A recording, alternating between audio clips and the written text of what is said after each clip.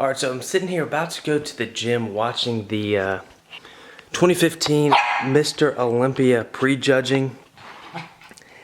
And I've just... What? What do you want? What do you want? Huh? Anyways, whew.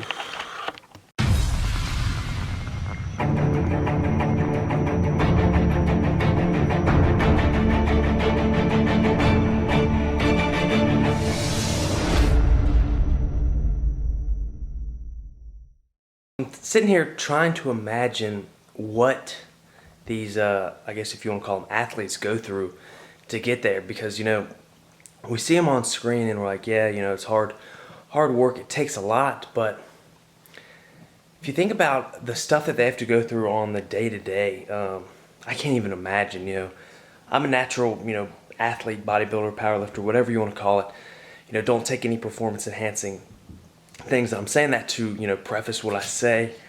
And, some people say people that take, steroids are, taking a shortcut. But you think about how much that adds to your life, like in a negative way. These people are taking, 12, 13, injections a day. They wake up, they have to inject stuff like into their bottom or whatever, and then eat their meals and then inject some more, take all these pills. A lot of them, if their like muscles are lagging, they'll inject, synthol oil in there to, make them appear bigger. And I just can't even imagine, sometimes I think a lot of us entertain the thought of, what would happen if we took stuff.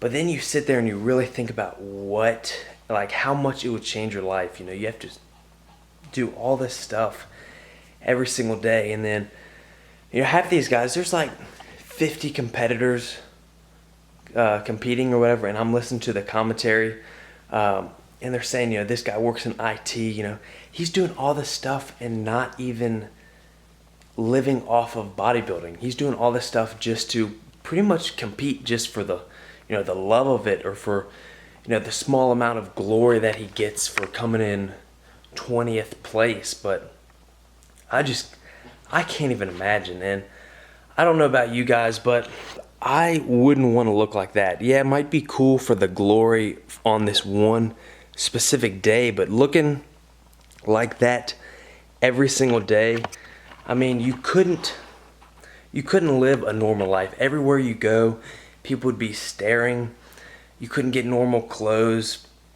And these guys look big on screen or in pictures, but really you have no idea until you see them in person. Like, I've seen a pro bodybuilder in person, and I mean, it's unreal how large of a person they are. Like, their little, tricep, that little nugget that, pokes out, was bigger than my entire head.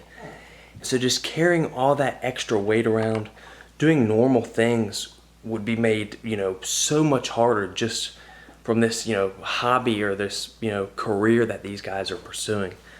So let me know in the comment section, if any of you guys would actually like to look like this, because I don't think there's many people that would. I mean, some of the physique guys look good, and a lot of people would like to look like them, but these bodybuilding, these like 300-pound guys, like Big Ramy, weighed in at 315 pounds at 5'9", which is absurd.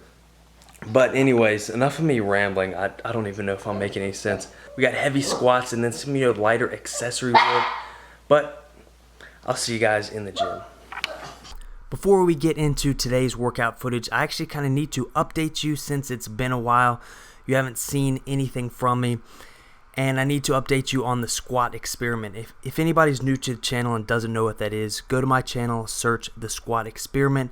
Basically, I reset my weight all the way to 135 pounds, did as many reps as I could, and then just raised the weight every single session by 10 pounds, doing the same thing. And I got all the way up to, and that's what you're seeing on the screen now, 315 pounds for 11 reps. And so compare that to before I did the squat experiment, I was doing 315 for around 5 reps. So that's definitely a major improvement, over doubled the reps. However, the workout after this, I actually tweaked my hamstring, and I haven't missed a scheduled workout in, almost my entire, quote, lifting career.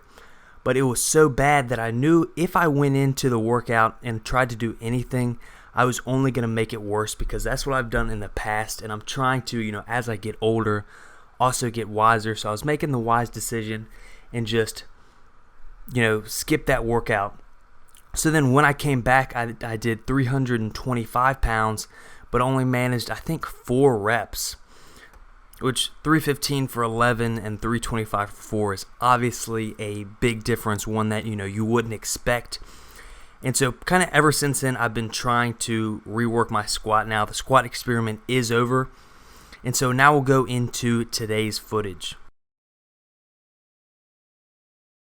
So the squat experiment definitely worked. I made a lot of progress, but one thing I noticed is it kind of took away my explosiveness, the speed in which I squat. Because I was so used to just grinding out reps, it kind of drilled that into my nervous system to just always grind and never quite, give full maximum power output. So to remedy this, I've cut pretty much everything to low reps. So on today's workout, I'm doing 5 sets of 5 with, 3 to 5 minutes rest in between. And then on my other leg day, I'm doing 8 sets of 3 with only, 60 seconds break in between, treating that more like speed work to try to get that, that power, that explosiveness back into my squat.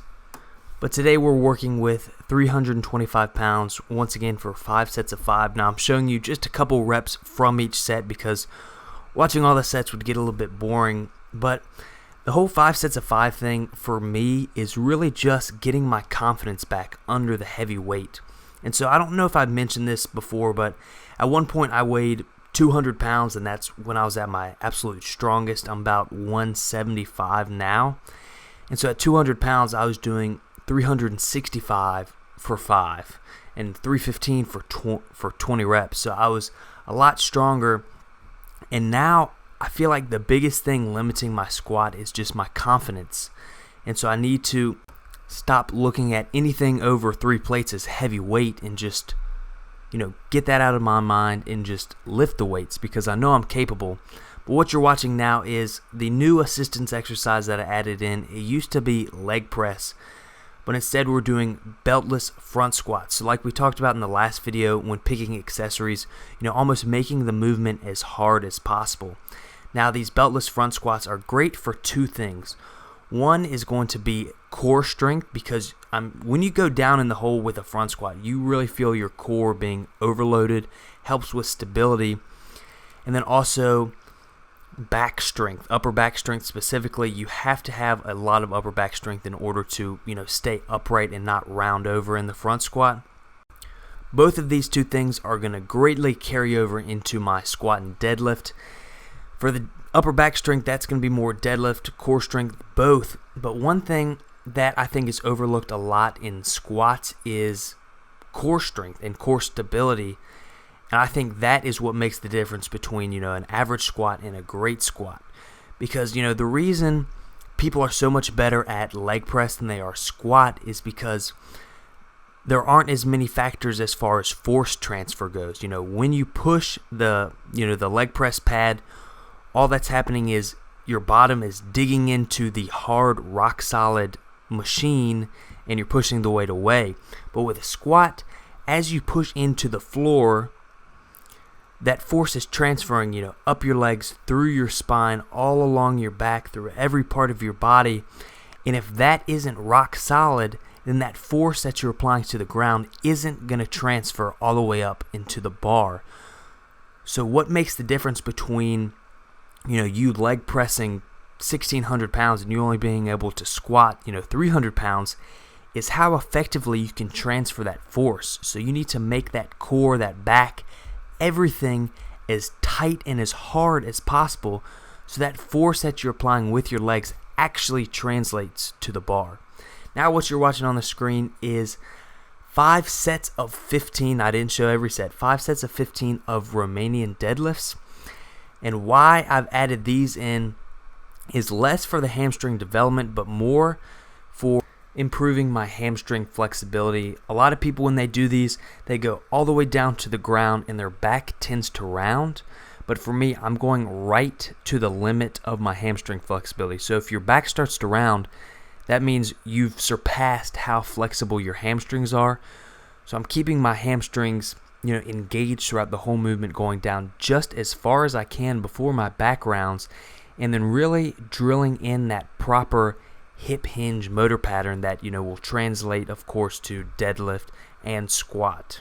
So I'm not focused on the weight, I'm focused on drilling in the proper motor pattern and then getting a nice stretch of my hamstring so that when I, go to conventional deadlift, I can get into a much better position. So the final major accessory movement is barbell hip thrust. Now, every accessory in my program is put in there to address a specific weak point, whether it's, a strength weak point or a physique weak point. In this case, glutes is both.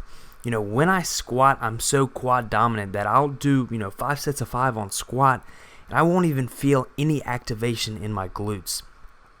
So I've added these in, trying to really push the weight as much as possible to really develop that glute, size and strength that will translate into, heavier squats, heavier deadlifts, and then of course more overall, physique development. One thing that I think is pretty important on these is at the top of the movement, really squeeze your glutes and hold it at the top. Doing these isometric type holds can help improve, the mind-muscle connection, the ability of your nervous system to actually activate that muscle. So not only are you, getting stronger by building muscle, but you're also improving the connection between your brain and your muscles, which will then allow them to fire more effectively and stronger. That's why you can see, really small guys lifting a ton of weight. They don't really have big muscles, but their nervous system is just so finely tuned, to activate their muscles that they can lift enormous amounts of weight. So I've rambled too long. I've run out of footage. If you guys enjoyed this, if it entertained you, if you got anything out of it, as far as learning something or just you enjoyed watching it, please give it a thumbs up rating, maybe even share it with your friends, but I'll see you guys in the next video.